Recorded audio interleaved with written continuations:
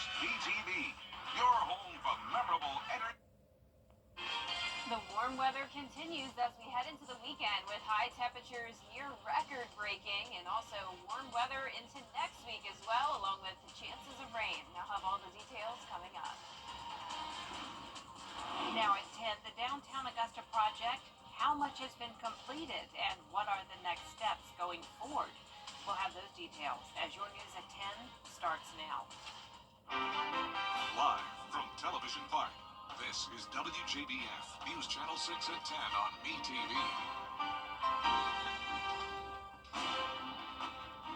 Good evening, everyone. I'm Jenny Montgomery. Thank you for joining us tonight. Coverage you can count on begins with the chair of the Augusta Historic Preservation Commission stepping down. Tara Conway making that announcement this morning. The move comes after city leaders began discussions to make changes to the HPC ordinance after concerns about the conduct of the commission. Conway had served as chair since January and vice chair for 2 years before that. Tonight's Broad Street Project stakeholder informational meeting took place downtown, and people had the chance to ask questions about the upcoming construction phases and how those could affect downtown businesses and homes. Isabella Moody was there. The project is going through 15th Street to East Boundary, starting at 15th to 13th Street, and will begin towards the end of this month. This is a 2-year project, but could take longer depending on any issues that may come up during construction. Those I spoke to were surprised this wasn't an official meeting and wish they could have gotten more answers. I'm excited for the final product. Seeing the progress on 13th Street has really encouraged me that it is worth the headache a little bit, but at the same time they could do better about communications. John Ussery with Traffic Engineering says they have learned from the projects they are currently doing that communication could be better. That's why they're going to work on keeping businesses and residents aware. We're going to do our best to make sure that we communicate everything to everybody in a way that's understandable and well before it happens. And so we want to assure everybody that we're here to improve your business. We want to see it thrive and succeed, and we'll do our best to make sure that there is adequate parking near your establishment. The Augusta Sign Shop also hopes to make signs to point people in the direction of the businesses that are open during construction. Organizers are excited to enhance the experience on Broad Street. We're also excited about just the multimodal transportation aspect of it. So instead of just people and cars and parking, we're going to make accommodations for wider sidewalks and pedestrians, bicycles. They will be bringing downtown up to standard with bicycle lanes, bigger parking spaces, handicap ramps, and more. We're going to maintain one-lane traffic in each direction. We'll try to maintain as many temporary parking. It's the only opportunity really city has through the TIA program to invest into the downtown infrastructure. Ussery told me that projects currently under construction should be done by the time they begin this new project. To learn more information about the Broad Street project and sign up for updates, you can find that on WJBF.com. In Augusta, Isabella Moody, WJBF News Channel 6. Some of the cleanup costs from Hurricane Helene are now on the city of Augusta. As the disaster recovery continues, this week marks the end of FEMA's 100% reimbursement of the cost. The formula now calls for 75% federal reimbursement, with the state kicking in 10%. But that leaves Augusta paying 15% of the cost of the operation, and that's running $300,000 a day. Each one of these cubic yards is about $17, $18 per cubic yard to ultimately process. Plus you got the trees, so I mean it's a pretty big disaster cleanup, and then we also got the damage to the streets. So hopefully we can keep the price tag down, but right now it would be nice to have the federal government kick in on. And it's not just an Augusta expense. This impacts every community in the state. That's why the mayor says Georgia's senators and the governor are working on another 30-day extension for the 100% FEMA reimbursement. It is time now for a quick first look at the forecast with Chief Meteorologist Jenna Petracci. Well, it's a nice, mild night, definitely not too chilly out there, and temperatures are going to only get down to around 60 degrees later on tonight. Right now on our Terry Lambert Hyundai Skyview cam outside the station, you can't tell, but it is pretty cloudy out there. The clouds will stay with us through tomorrow morning. We had 0.04 inches of rain recorded at Augusta Busch Field today with a low of 47, putting us 10 degrees above our average of 37. So we are nowhere near our average temperatures this week. In fact, the afternoon temperatures are close to breaking the record, which was 80 today back in 1927, and it's possible we could have that record warmth as we head into the weekend. So the temperature change map is showing conditions around 3 to 10 degrees warmer than this time yesterday, and even 12 degrees warmer in Bamberg. So yesterday we actually had cooler weather due to the wedge. Today most of us warmed up into the 70s, and we haven't dropped down much more than that. So the clouds are helping to maintain our temperatures in the 60s. 66 in Swainsboro, Wrightsville also at 66, 62 in Gibson, 61 in Saluda, Aiken you're at 64, and Augusta at 65. Dew points are also pretty high in the low 60s. We could see some fog development tomorrow morning along with the cloud cover, and the winds are coming in from the southwest up to around 10 miles per hour sustained, gusting up to around 15, but definitely not as breezy as it was earlier today. And as for our satellite and radar, we're not seeing any rain, but notice there is a batch of widespread rain and even severe weather just to the north of us. Now, we're not going to see any of that, but we could have isolated showers as we head into the weekend. All those details coming up, but back to you, Jenny. All right, Jenna. A deadly shooting investigation is underway in Aiken County. It happened last night at Springside Apartments off University Parkway. 25-year-old Tevin Jackson was found dead inside a vehicle. Officers say he had been shot several times. No word on a suspect. South Carolina lawmakers discussing a hands-free driving law similar to one in Georgia. The Hands-Free Act would punish drivers found holding their cell phones behind the wheel. Lawmakers say each offense would be punishable, starting with fines. Advocates say the bill should be a top priority. The problem is that cell phones isn't a right when you're hurting somebody. If you don't have your seatbelt on or not, that's not going to kill me. But if you're literally on your cell phone going 60 miles an hour next to me and you run me off the road, I probably won't survive. A provision in the bill would allow drivers to wear earpieces, use devices worn on their wrists, or voice-based communication. South Carolina authorities are working with a state senator to establish a law against based communication. South Carolina authorities are working with a state senator to establish a law against crimes involving unwanted bodily fluids. Currently, as the law stands, releasing unwanted bodily fluids onto someone might only carry a misdemeanor 30-day sentence or a charge of assault and battery 3rd degree. But state authorities like the Travelers Police Department believe the punishment should be much heavier.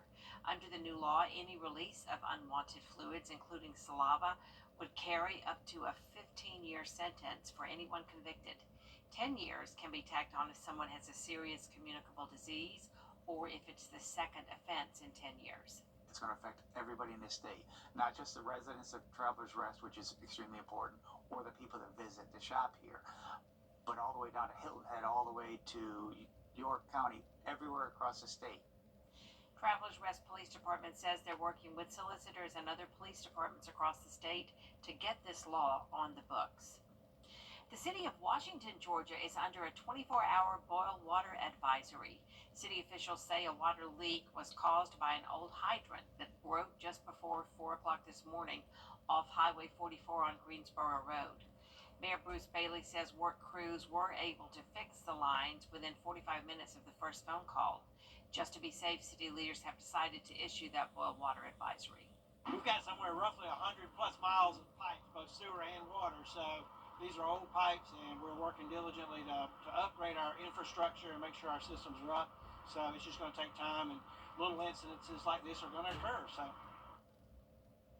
because the water levels are low, they're encouraging residents to conserve their water until it's at a more stable level. And it's not getting very cold tonight, as temperatures will pretty much hover around the 60-degree mark with partly cloudy skies, and then we'll get all the way to around 80 degrees over the next 3 days to come. I'll have that full Viper 6 forecast when we return.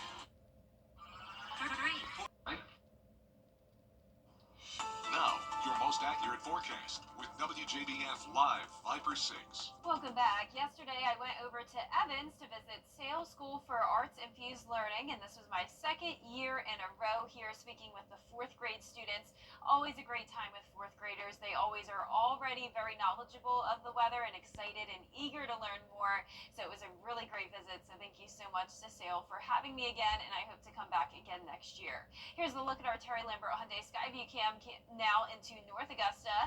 It's a pretty cloudy night, but temperatures are mild, sitting in the mid-60s and no rain at this time. Southwest wind to 5 miles per hour, dew points high around 60. So it's seeing that the temperatures anywhere from the low 60s to the upper 60s. So not a single place is in the 50s, which of course is pretty unusual for this time of the year and time of the night.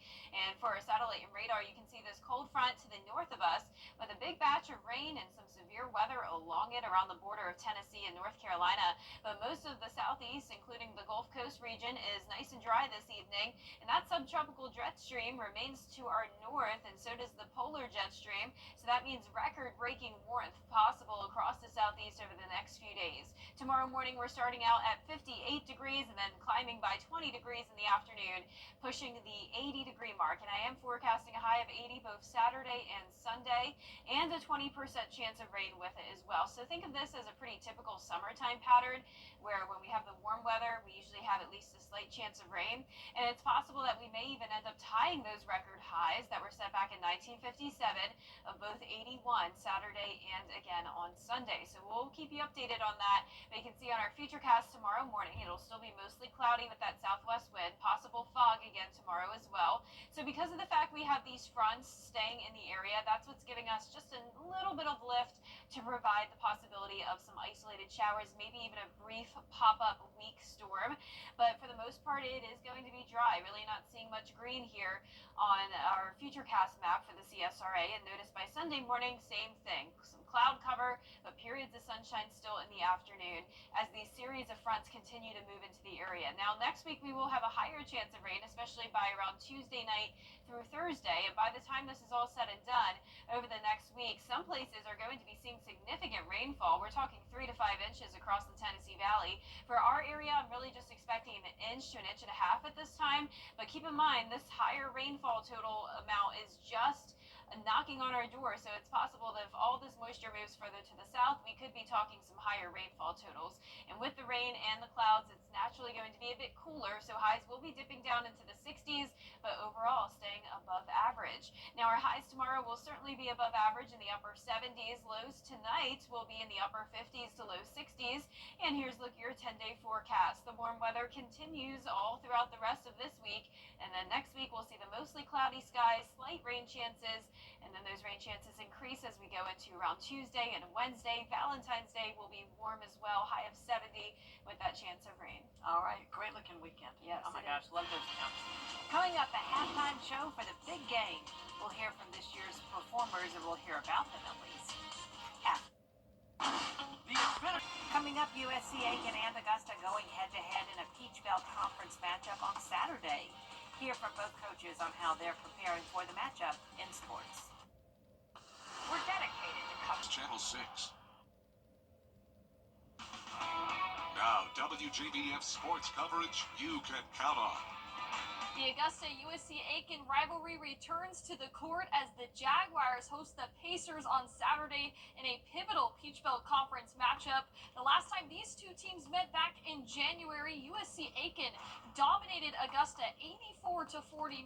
Senior Jalen McCoy paced the Pacers with 18 points in that one. And with a similar performance Saturday, he could become the most prolific scorer in school history. McCoy needs 22 points to beat the career scoring record set by his former teammate Terry Horn last year. USC Aiken coach Mark Vanderslice knows the record's there, but more than that, the potential for a down-to-the-wire finish in this rivalry game. It's a healthy rivalry against, I think, two great programs. And there's two programs that see this as a high energy, a high effort, and a high focus opportunity. And we usually see ourselves somewhere in the middle to the tail end of the conference.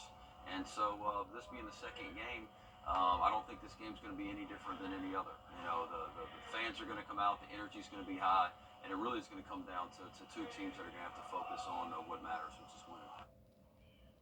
Here in Augusta, the Jaguars are coming off a 78-68 win against Clayton State Wednesday night. Now, after being down 41-32 at halftime, John St. Germain scored all 22 of his points in the second half, while Dimitri Gardner had 20 points and 6 rebounds. The Jags dominated the glass 42-35, and now they turn their attention to the Pacers. Both teams have identical 14-6 overall records, and Augusta now trying to seek some revenge, this time on their home court.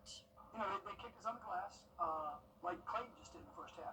So, you know, they beat us. We give them all the credit in the world. We look forward to the challenge on Saturday night. If you don't get open, we can't move the ball. We can't move the ball. We can't drive it. We can't move the ball inside. So we've got to rebound the ball and get open. And tomorrow morning at 7 o'clock, there'll be a killer film session. Tip-off set for 7:30 p.m. Saturday at Christenberry Fieldhouse. In women's hoops, the second-ranked South Carolina Gamecocks made the trip to Athens to take on the Georgia Bulldogs. Malaysia Fulwiley came off the bench to lead the team with 13 points. Tessa Johnson had 12 points. Chloe Kitts had 11 points and 7 rebounds in the contest. South Carolina won the battle of the boards 46-28. The Gamecocks really dominated this one from start to finish. They beat the Lady Dogs 74-42 to remain perfect in SEC play, and they grabbed their 17th consecutive win and their 19th straight against the Bulldogs. Oh, we did a better job of boxing out. That's one. I thought we did a better job of just scrapping. If you couldn't get it out. Chloe was great. Fabian was great. I thought Tessa got in there. And just was scrappy. So we'll need every bit of that as we move forward. Up next, they'll hit the road to face number 4 Texas Sunday at 2 p.m. That's it for sports. We'll be back. Every day, ordinary people in the CSRA do extraordinary things to serve our community. Each month, News Channel 6 recognizes these outstanding volunteers with the Giving Your Best Award. Do you know an everyday hero who goes the extra mile to help others? Nominate them for the Giving Your Best Award by visiting WJBF.com and filling out the entry form. Sponsored by Science Co., Piedmont Augusta, Security Federal Bank, and News Channel 6. Ronnie Player here. And last but not least tonight, if someone wanted to enjoy the artistic and architectural splendor of a Romanesque cathedral, they'd likely head to Europe. But lucky for us, we have an example of one right here in the CSRA. It's the Sacred Heart Cultural Center. Kim Vickers has the history of this stunning building. Sacred Heart Cultural Center is an iconic part of downtown Augusta with a rich history. In the 1800s, Augusta was made up primarily of Protestants with one Catholic church. By 1874, a Savannah bishop decided that the growing Catholic population in Augusta warranted a new church, and Sacred Heart Catholic Parish was born. And the boundaries of each parish were drawn geographically at that point, and 13th Street was the boundary. So anyone who lived on that side of 13th Street went to what was then referred to as St. Patrick's, and anybody on this side attended Sacred Heart Catholic Parish. The members of Sacred Heart knew from the start they wanted to build a grand cathedral for worship. It took several years, but Sacred Heart Catholic Church celebrated its first Mass on December 2nd, 1900. For most of the 20th century, the church served the community, but by the 1970s, attendance dropped. The last Mass held at Sacred Heart Catholic Church was July 4th, 1971. Added to the National Register of Historic Places in 1972, it sat empty until the mid-1980s, when Peter Knox Jr. and his sons bought the property through their company, Knox Limited. They might never have done it without the encouragement from Knox's daughter-in-law. And I wasn't from this area, but I fell in love with this building, and I would ride past and I would see the students out in the yard with the nuns, and I would pretend that I was in Paris looking at Madeline. That was one of my favorite children's books. When it was put up for sale in about 1978, that's when I say that I started the little part, very little part that I played, which was mostly nagging. In 1982, Knox's company purchased the property and restored it. It eventually opened to the community in 1987. Sacred Heart remains iconic in downtown Augusta. Hundreds of couples have taken their wedding vows, and thousands have danced in the Great Hall. It's hosted garden shows and movie nights. Huff and Knox Hudson hope the legacy continues for as long as possible. Poets have said, a thing of beauty is a joy forever, and beauty is truth, truth, beauty. And I kind of have a feeling that, even if you can't ever go to visit beautiful cathedrals in Europe, if just walking by a place of beauty might touch somebody's heart. For more on the history of Sacred Heart Cultural Center, including the story of some of the mischief young priests got into when it was a church, just head on over to WJBF.com. That's just part of your hometown history. In Augusta, Kim Vickers, WJBF News Channel 6. It really is such a beautiful building. So many events are held there. Been to a lot of weddings, including one of our executive producers here, Damon and Andrea. That's awesome. I would love to go to a wedding there. Yeah, It's one of the sounds pretty. first places I visited when I moved here, because when you look up the places to visit in Augusta, it comes right it's up. gorgeous. And it is beautiful. Well, our forecast is showing beautiful weather this weekend. If you like the warmth, of course, we're going to be up to 80 degrees Saturday and Sunday. Very low rain chances, but higher rain chances and a slight cool down next week. And that is all the time we have for now. The news continues at the top of the hour on WJBF News Channel 6 at 11. And Hogan's Heroes is next here on MeTV. Have a great night.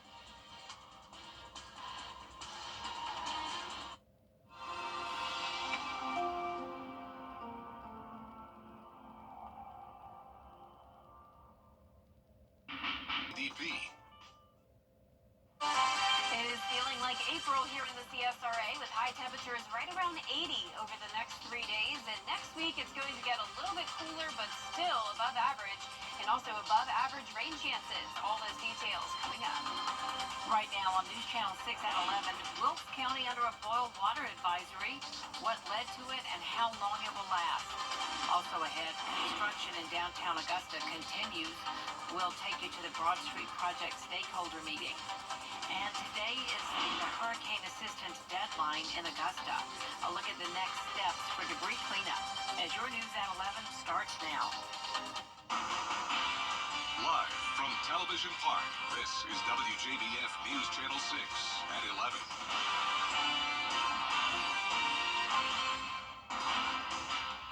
Good evening, everyone. I'm Jenny Montgomery. Thanks so much for joining us. Coverage you can count on begins with tonight's Broad Street Project stakeholder informational meeting. People had the chance to ask questions about the upcoming construction phases and how those could affect downtown businesses and homeowners. Isabella Moody was there. The project is going through 15th Street to East Boundary, starting at 15th to 13th Street, and will begin towards the end of this month. This is a 2-year project, but could take longer depending on any issues that may come up during construction. Those I spoke to were surprised this wasn't an official meeting and wish they could have gotten more answers. I'm excited for the final product. Seeing the progress on 13th Street has really encouraged me that it is worth the headache a little bit, but at the same time they could do better about communication. So. John Ussery with Traffic Engineering says they have learned from the projects they are currently doing that communication could be better. That's why they're going to work on keeping businesses and residents aware. We're going to do our best to make sure that we communicate everything to everybody in a way that's understandable and well before it happens. And so we want to assure everybody that we're here to improve your business. We want to see it thrive and succeed. And we'll do our best to make sure that there is adequate parking near your establishment. The Augusta Sign Shop also hopes to make signs to point people in the direction of the businesses that are open during construction. Organizers are excited to enhance the experience on Broad Street. Also excited about just the multimodal transportation aspect of it. So instead of just people and cars and parking, we're going to make accommodations with wider sidewalks and pedestrians. They will be bringing downtown up to standard with bicycle lanes, bigger parking spaces, handicap ramps, and more. We're going to maintain one-lane traffic in each direction. We will try to maintain as many temporary parking. It's the only opportunity really city has through the TIA program to invest into the downtown infrastructure. Ussery told me that projects currently under construction should be done by the time they begin this new project. To learn more information about the Broad Street project and sign up for updates, you can find that on WJBF.com. In Augusta, Isabella Moody, WJBF News Channel 6. The city of Washington, Georgia is under a 24-hour boil water advisory. That's after an extensive water leak happened this morning off Highway 44 on Greensboro Road. City officials say the water leak was caused by an old hydrant that broke close to 4 o'clock this morning. Mayor Bruce Bailey says work crews were able to fix the lines within 45 minutes of the first phone call. We've got somewhere roughly 100 plus miles of pipes, both sewer and water. So these are old pipes, and we're working diligently to upgrade our infrastructure and make sure our systems are up. So it's just going to take time, and little incidences like this are going to occur. So. Because the water levels are low, they're encouraging residents to conserve their water until it's a more stable level. It's time now for a first check of the weather. For that, we turn to Chief Meteorologist Jenna Petracci. Well, it's a nice quiet night. We had dry conditions today with mostly cloudy skies now this evening, and it will stay that way through our Friday morning. So right now on our Terry Lambert Hyundai Skyview cam, you can't tell, but it is pretty cloudy out there. We could also see some fog tomorrow morning. We did have some sprinkles, and that amounted to just under 1/10 of an inch of rain. And this morning we had a low temperature 10 degrees above our average of 37. Our high today was 30 degrees warmer than that at 77, which puts us well above our average of 62 and close to record-breaking warmth. Notice that record set back in 1927 of 80 degrees. So the entire CSRA is at least 1 degree warmer than this time yesterday. And our South Carolina counties are significantly warmer, around 10 degrees warmer, and that's putting us in the 60s across the board. 65 in Millen, 64 in Louisville. Augusta, the coolest spot at 60 now, and 62 in Evans. Wrightsville, you're at 65, 63 in Lincolnton, and 62 in Edgefield. So these low temperatures these current temperatures are abnormally warm for this time of the year. The dew points are also pretty high as well, so we're sitting around 60 with that. Winds are coming in from the southwest, bringing in all that moisture and also the warmer air.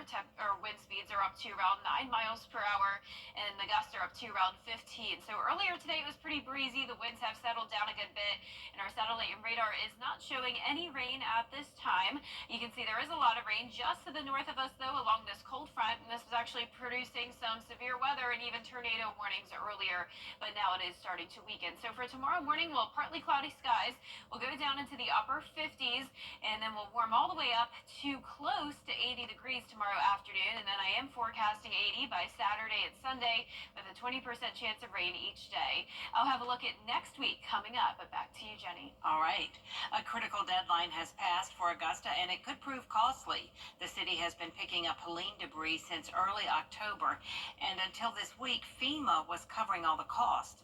But right now, that is no longer the case. George Escala has the story. There's still storm damage for Augusta to pick up, and now for the city, the cost is going up. Augusta didn't budget, neither did any other community, based on the sheer devastation from Hurricane Helene. The 120-day, 100% reimbursement has ended. The city knew that this week FEMA would no longer pay 100% of the cleanup costs. So as the effort continues, there's a new reimbursement formula where the feds will now pay only 75%. Part of that, 25% will be reimbursed by the state as well. So we're probably about 12.5% to 15% right now that'll come out of the city's coffers. While FEMA still pays the lion's share and their state help, the city is now facing paying 15 cents on the dollar for this massive cleanup operation. What's the price per day? Well, I mean, at the height, we were probably about $500,000 a day. Back then, we're probably about $300,000 a day.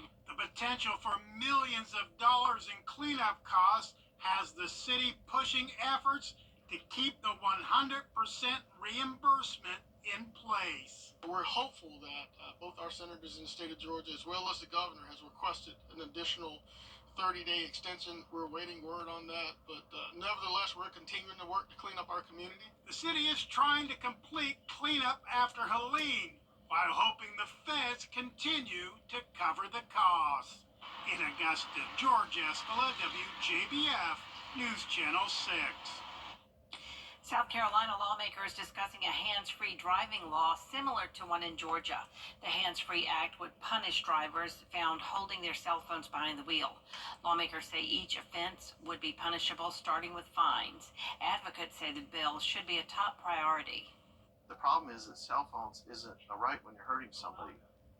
If you don't have your seatbelt on or not, that's not going to kill me.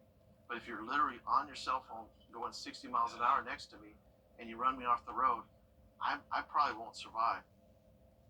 A provision in the bill would allow drivers to wear earpieces, use devices worn on their wrists, or voice-based communication. Today, state lawmakers are taking one of the first steps in addressing concerns about rising liquor liability rates in South Carolina.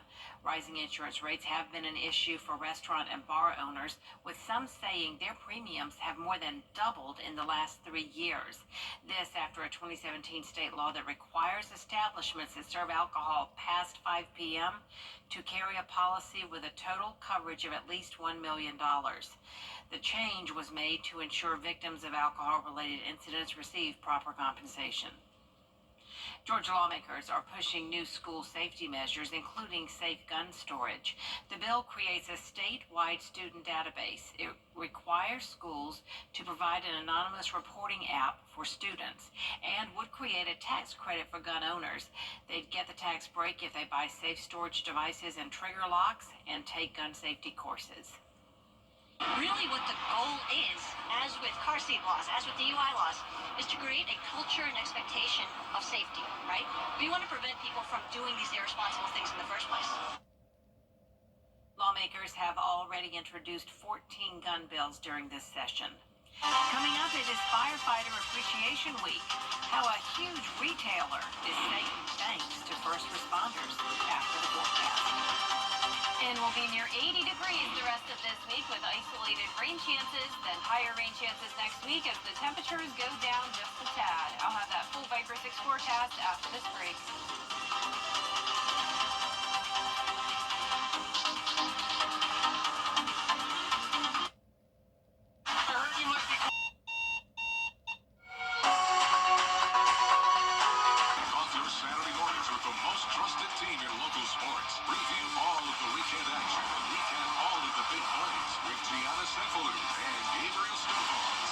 Saturday premieres Saturday morning at 9:30 on News Channel 6.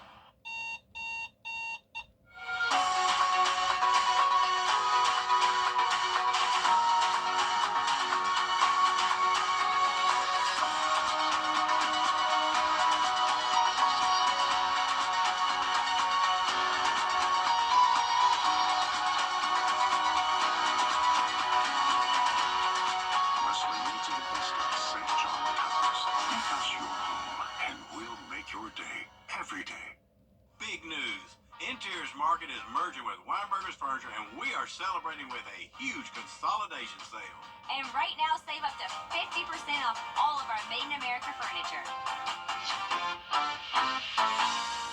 Get any regular biscuit and a side of... Is rainy weather putting a damper on your day? Enter to win your very own live Viper 6 umbrella today. Visit WJBF.com and click on Contest. Then fill out the entry form for your chance to win.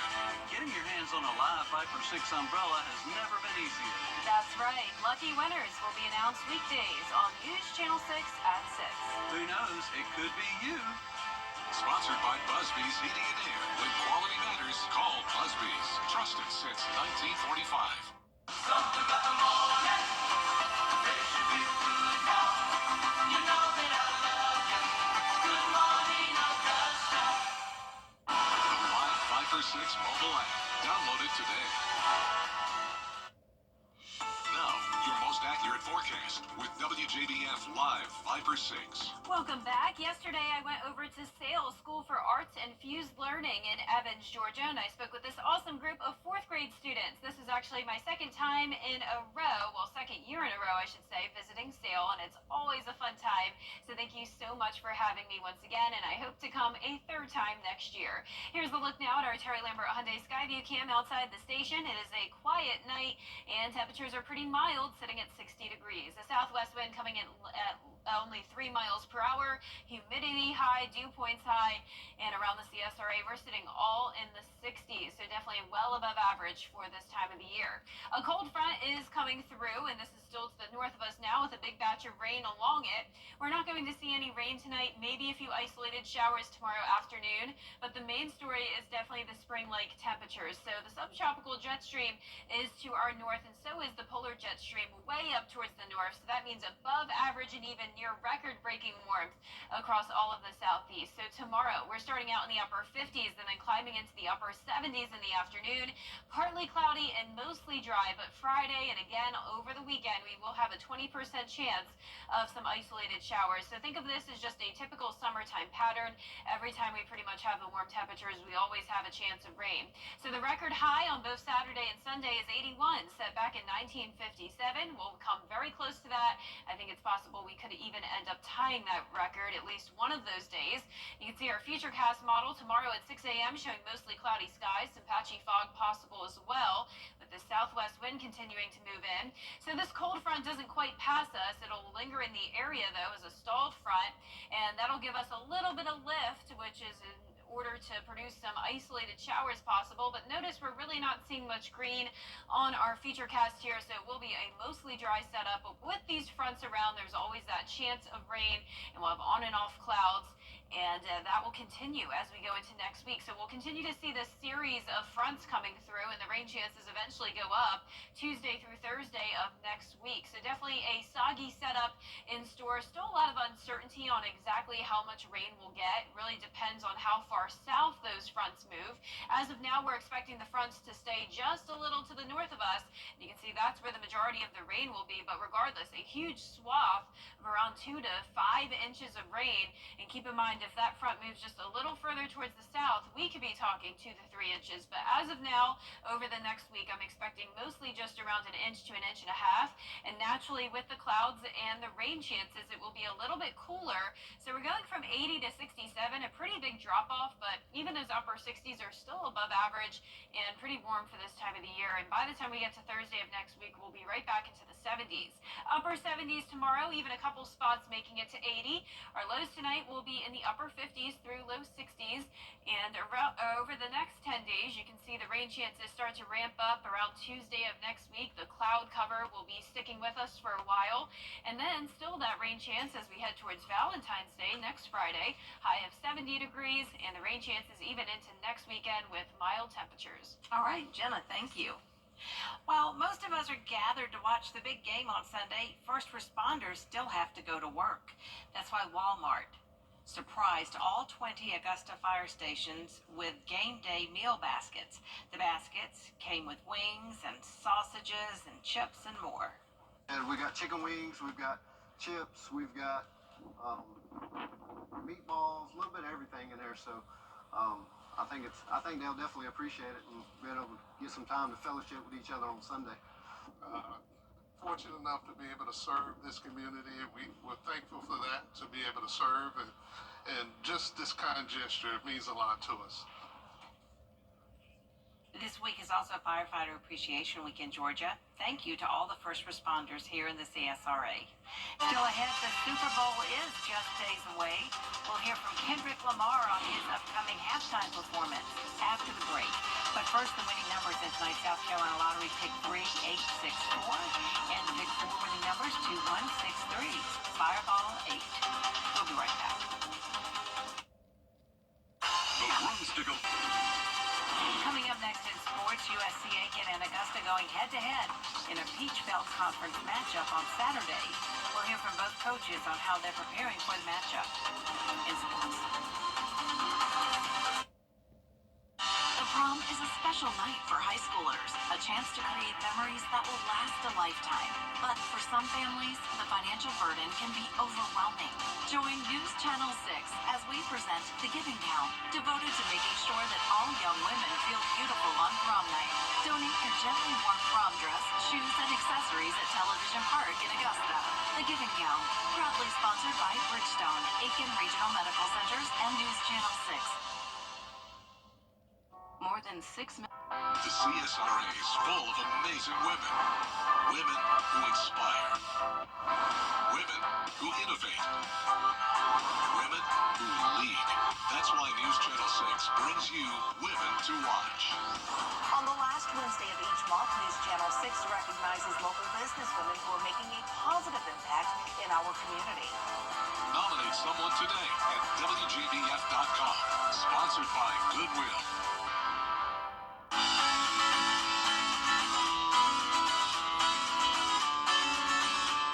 Follow News Channel 6 on Instagram. Now, WJBF sports coverage you can count on. The Augusta-USC Aiken rivalry returns to the court as the Jaguars host the Pacers on Saturday in a pivotal Peach Belt Conference matchup. Now, last time these two teams met back in January, it was USC Aiken that dominated Augusta 84-49, and senior Jalen McCoy paced the Pacers with 18 points in that one. And with a similar performance Saturday, he could become the most prolific scorer in school history. McCoy needs 22 points to beat the career scoring record set by his former teammate Terry Horn last year. USC Aiken coach Mark Vanderslice knows that the record is there, but more than that, the potential for a down-to-the-wire finish in this rivalry game. It's a healthy rivalry against, I think, two great programs, and there's two programs that see this as a high energy, a high effort, and a high focus opportunity. And we usually see ourselves somewhere in the middle, to the tail end of the conference. And so this being the second game, I don't think this game's going to be any different than any other. You know, the fans are going to come out, the energy's going to be high, and it really is going to come down to two teams that are going to have to focus on what matters, which is winning. And here in Augusta, the Jaguars are coming off a 78-68 win against Clayton State Wednesday night. Now, after being down 41-32 at halftime, John St. Germain III scored all 22 points of his in the second half, while Dimitri Gardner had 20 points and 6 rebounds. The Jags dominated the glass 42-35, and now they turn their attention to the Pacers. Both teams have identical 14-6 overall records. Augusta now trying to seek some revenge, this time on their home court. You know, they kicked us on the glass, like Clayton just did in the first half. So, you know, they beat us. We give them all the credit in the world. We look forward to the challenge on Saturday night. If we don't get open, we can't move the ball. We can't move the ball. We can't drive it. We can't move the ball inside. So we've got to rebound the ball and get open. And tomorrow morning at 7 o'clock, there'll be a killer film session. Tip-off set for 7:30 p.m. Saturday at Christenberry Fieldhouse. And in women's hoops, the second-ranked South Carolina Gamecocks make the trip to Athens to take on the Georgia Bulldogs. Malaysia Fawili came off the bench to lead the team with 13 points. Tessa Johnson had 12 points, and Chloe Kitts had 11 points with her 7 rebounds in the contest. And South Carolina won the battle of the boards as well, 46-28. The Gamecocks essentially dominated this one from start to finish. They beat the Lady Dogs 74-42 to remain perfect in SEC play. They grabbed their 17th consecutive win and 19th straight win against the Bulldogs.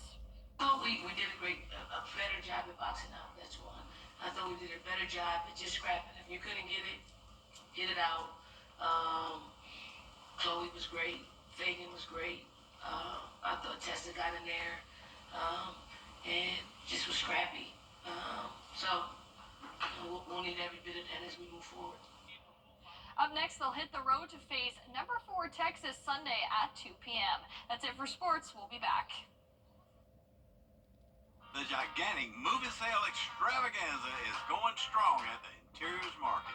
We've restocked straight from our warehouse, and now it's your chance to snag incredible deals on our new stunning furniture, home decor, and more. Enjoy incredible discounts of 60 to 90% off every item in the store. Whether you're looking to refresh your space or find that perfect statement piece, now is the time to shop. This is a limited time sale at Interiors Market. With these prices, items won't last long. Since 1982. Well, it looks like we're in for a good 10 days ahead of us, doesn't it? Yeah, we're going to have really nice weather over the weekend with temperatures warm, around 80 degrees, and just some isolated rain chances. Next week, we're going to see some higher rain chances along with a bit of a cool down, but still pretty warm. And finally tonight, while you may not have a stake in this year's Super Bowl, your pet might be rooting for the Eagles. That's because Chewy, the national online pet retailer, is giving away 59,000 free treats to dogs, cats, birds if Eagles win this year. If the Eagles... Oh, sorry, I didn't get to finish that story. But that's our report for now. Good night.